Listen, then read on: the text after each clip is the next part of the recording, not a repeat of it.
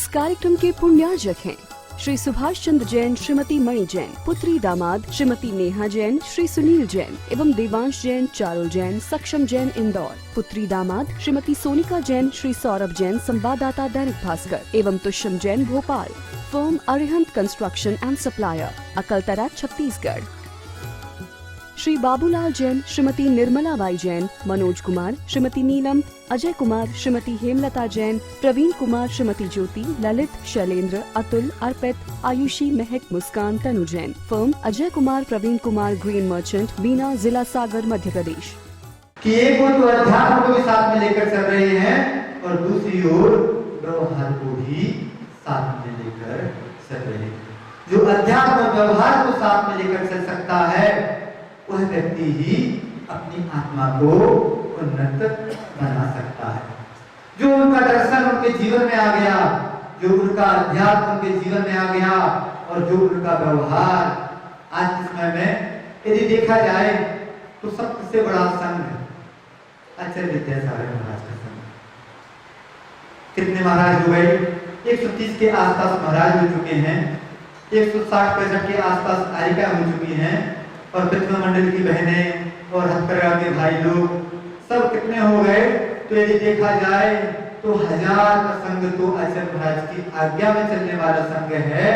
और आचार्य महाराज से प्रभावित हुए अन्य संघों में कितने महाराज हैं, कितनी आरिकाएं हैं, कितने ब्रह्मचारी हैं? तो यदि देखा जाए तो 50 साल में जो समाज संस्कृति का विकास हुआ है तो उस विकास का एकमात्र कारण आचार्य महाराज है। आचार्य महाराज जब 1976-75 में भारत में बुंदेलखंड में आए उस समय बुंदेलखंड की स्थिति क्या थी? उस समय यह पूरा बुंदेलखंड एकांत को लेकर आगे बढ़ता चला जा रहा था। उस समय क्या कोई व्यक्ति आज जितने हमारे यहाँ पर पूरे पाप अभिषेक करने वाले हैं उतने व्यक्ति थे? नहीं थे। उतने व्यक्ति उस समय नहीं थे। उस समय शास्त्र का स्वाध्याय करने वाले तो बहुत व्यक्ति हो गए, परंतु सही शास्त्र का स्वाध्याय तो वह होता है कि जो शास्त्र का स्वाध्याय हमारे जीवन में उतर जाए। सही स्वाध्याय क्या है? सही स्वाध्याय है आत्मा का स्वाध्याय।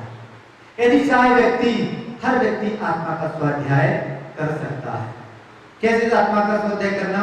हमारी आत्मा किस ओर जा रही है, हमारी क्रियाओं के द्वारा क्या हमारी आत्मा का पतन हो रहा है या हमारी आत्मा का उत्थान हो रहा है। यदि आदमी अपनी आत्मा का स्वाध्याय करना शुरू कर दे, यदि आदमी अपने विचारों का स्वाध्याय करना शुरू कर दे तो सबसे बड़ा स्वाध्याय तो यह स्वाध्याय है।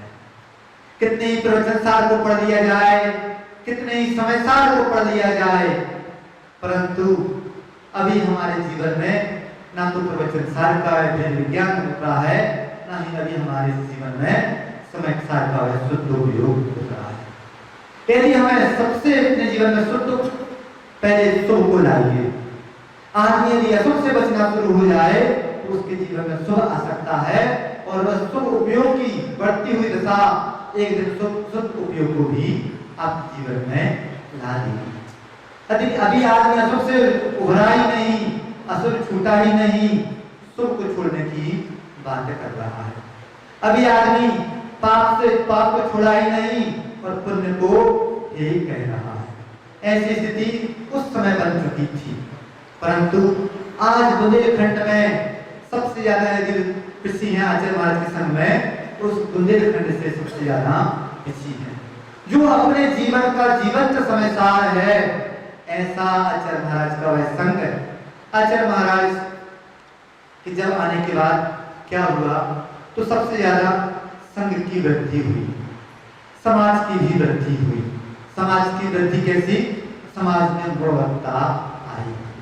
आज की नई पीढ़ी एजुकेशन की ओर झुक रही है तो बात अलग है, परंतु जो आचार्य महाराज का सच्चा भक्त होगा उसके जीवन में तो जरूर परिवर्तन आएगा। आचार्य महाराज साहित्य का विकास देखिए कि ऐसे ऐसे आचार्य महाराज ने जब हिंदी को सीखा तो हिंदी भी सीखी तो साहित्यिक हिंदी ही सीखी। रचनाएं शुरू की तो संस्कृत में ही रचना करना शुरू किया। हिंदी में पहले रचना नहीं की, पहले तो उन्होंने साहित्य संस्कृत में ही रचना करना शुरू किया। पश्चिमा संस्कृति का विकास तो आप लोगों को मालूम ही है, ज्ञात ही है। साधना, आचार्य महाराज की साधना को दृष्टि देख की जाए तो ऐसा लगता ही नहीं कि यह पंचम काल के साधक हैं। उनको जब भी देखते हैं इतनी उम्र हो गई, परंतु कभी भी उनको टिक के बैठते हुए नहीं देखा।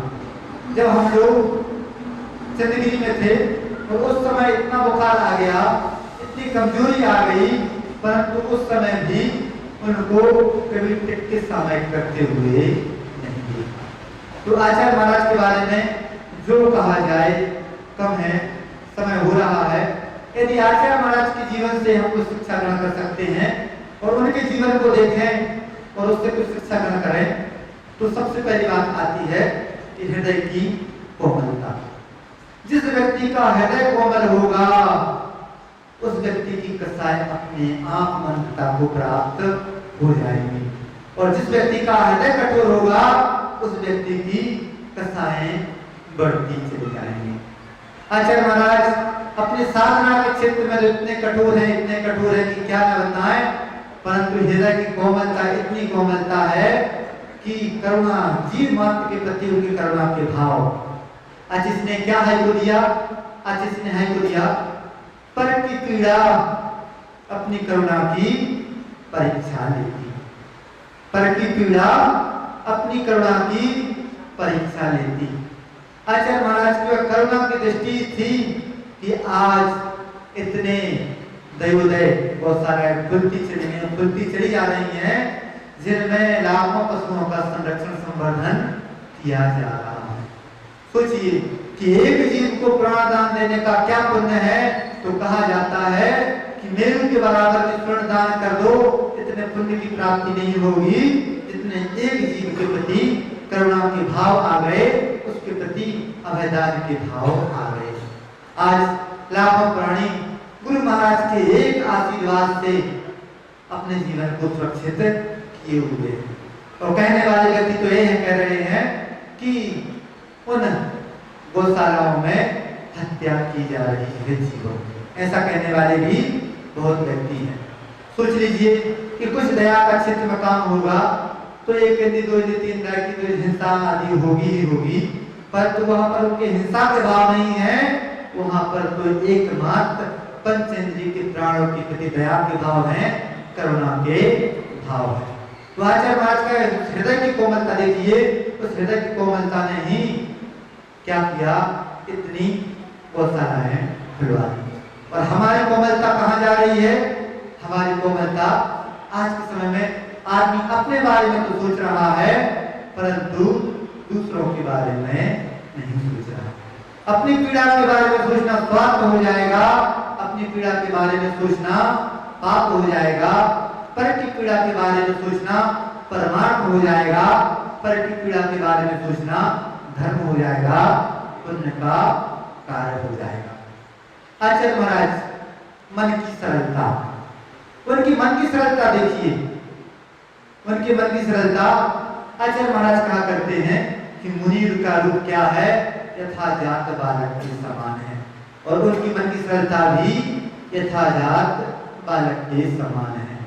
जिस व्यक्ति की मन की सरलता होगी वह व्यक्ति दुखों से बच जाएगा, जिसके हृदय में कोमलता होगी उसी कसाय से बच जाएगा, और जिसके मन में सरलता होगी वह दुखों से बच जाएगा। वाणी की पवित्रता, उनकी वाणी की पवित्रता, बात सिद्धि है उनके पास, जो बोलते हैं वह काम हो ही जाता है, कोई नहीं रोक सकता उस काम को। तो वाणी की पवित्रता रिश्तों में दृढ़ता लाती है, वाणी की पवित्रता रिश्तों में पवित्रता लाती है। उनकी वाणी की पवित्रता है कि इतना बड़ा संघ एकमात्र उनके अभी भी आज्ञा में चल रहा है, जहां उन्होंने बोल दिया कि चतुर्मास करना है तो किसी प्रकार का विकल्प आता ही नहीं। और भी संघ देखे हैं, परंतु गुरु महाराज का एक संघ है, उनकी आज्ञा का प्रताप देखिए, उनका अनुशासन देखिए। तो उन्होंने ये बोल दिया, शिष्य बिना कान फड़फड़ाए स्वीकार है। तो ये क्यों, किस कारण है? उनकी वाणी की पवित्रता के कारण ही है। शरीर की पवित्रता संयम में वृद्धि लाती है। शरीर की पवित्रता क्या? बाहरी पवित्रता नहीं, आंतरिक पवित्रता। और आंतरिक पवित्रता कब आती है? जब खान पान शुद्ध होता है, तब शरीर में आंतरिक पवित्रता आती है। फिर बात आ गई, और क्या गुण है गुरु जी के? प्रभु की भक्ति। आचार्य महाराज की भक्ति कैसी?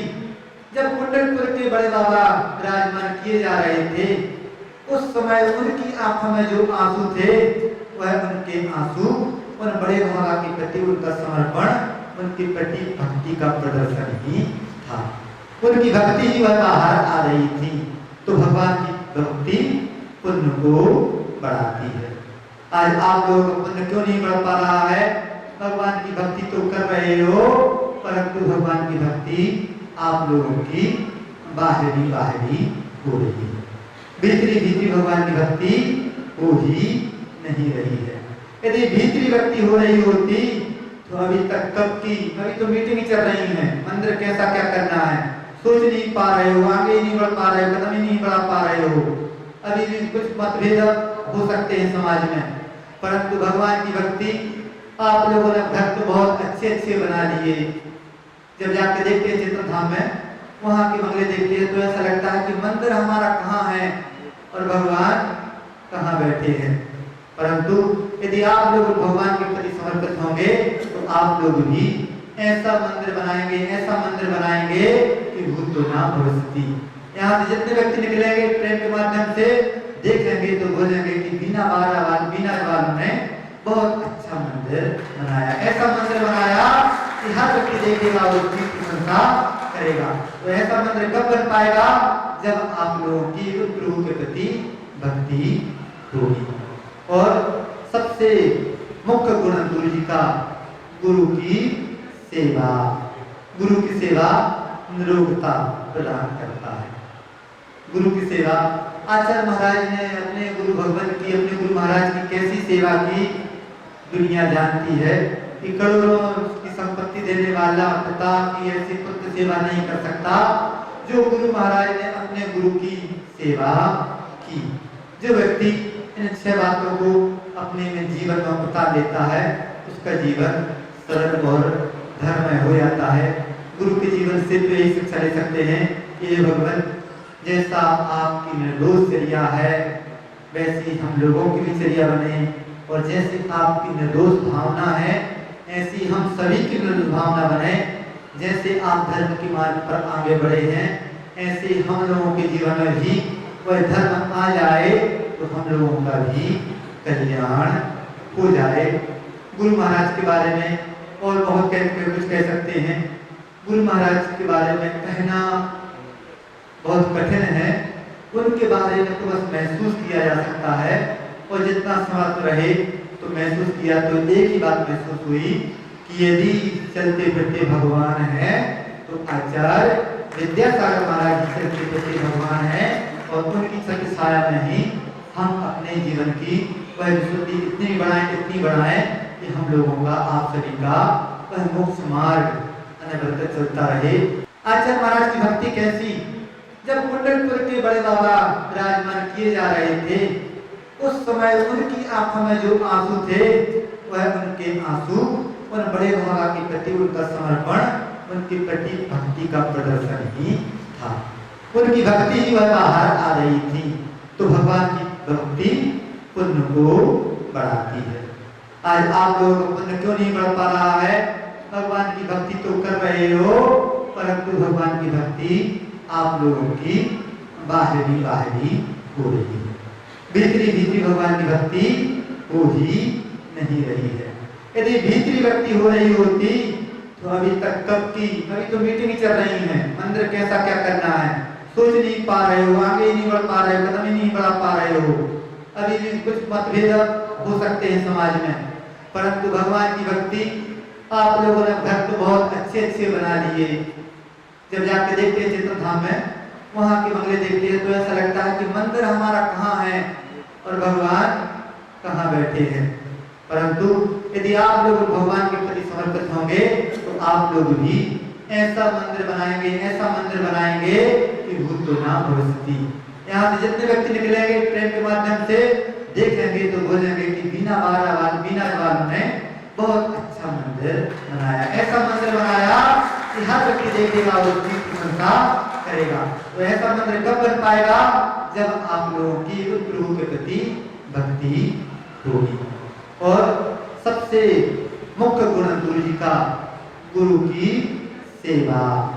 गुरु की सेवा निरोगता प्रदान करता है। गुरु की सेवा, आचार्य महाराज ने अपने गुरु भगवान की, अपने गुरु महाराज की कैसी सेवा की दुनिया जानती है कि करोड़ों की संपत्ति देने वाला पिता की ऐसी पुत्र सेवा नहीं कर सकता जो गुरु महाराज ने अपने गुरु की सेवा की। जो व्यक्ति इन 6 बातों को अपने में जीवन में उतार लेता है उसका जीवन सरल और धर्ममय हो जाता है। गुरु के जीवन से तो यही शिक्षा ले सकते हैं कि ये भगवान जैसा आपकी निर्दोष चर्या है वैसी हम लोगों की भी चर्या बने, और जैसी आपकी निर्दोष भावना है ऐसी हम सभी की निर्दोष भावना बने। जैसे आप धर्म के मार्ग पर आगे बढ़े हैं ऐसे हम लोगों के जीवन में भी वह धर्म आ जाए तो हम लोगों का भी कल्याण हो जाए। गुरु महाराज के बारे में और बहुत कुछ कह सकते हैं। गुरु महाराज के बारे में कहना बहुत कठिन है, उनके बारे में तो बस महसूस किया जा सकता है, और जितना समर्थ रहे तो महसूस किया तो एक ही बात महसूस हुई कि यदि चलते फिरते भगवान है तो आचार्य विद्यासागर महाराज जी चलते फिरते भगवान है, और उनकी छत्र छाया में ही हम अपने जीवन की वह विशुद्धि इतनी बढ़ाएं कि हम लोगों का, आप सभी का वह मोक्ष मार्ग अनवरत चलता रहे, प्रशस्त होता रहे। इस कार्यक्रम के पुण्यार्जक हैं श्री सुभाष चंद्र जैन, श्रीमती मणि जैन, पुत्री दामाद श्रीमती नेहा जैन, श्री सुनील जैन एवं देवांश जैन, चारुल जैन, सक्षम जैन इंदौर। पुत्री दामाद श्रीमती सोनिका जैन, श्री सौरभ जैन, संवाददाता दैनिक भास्कर एवं Tushyam Jain, Bhopal. Firm Arihant construction and supplier, Akaltara, Chhattisgarh. Shri Babulal Jain, Shrimati Nirmala Bai Jain, Manoj Kumar, Shrimati Neelam, Ajay Kumar, Shrimati Hemlata Jain, Pravin Kumar, Shrimati Jyoti, Lalit, Shailendra, Atul, Arpit, Ayushi, Mahak, Muskan, Tanu Jain. Firm Ajay Kumar, Pravin Kumar, green merchant, Bina, जिला सागर, मध्य प्रदेश।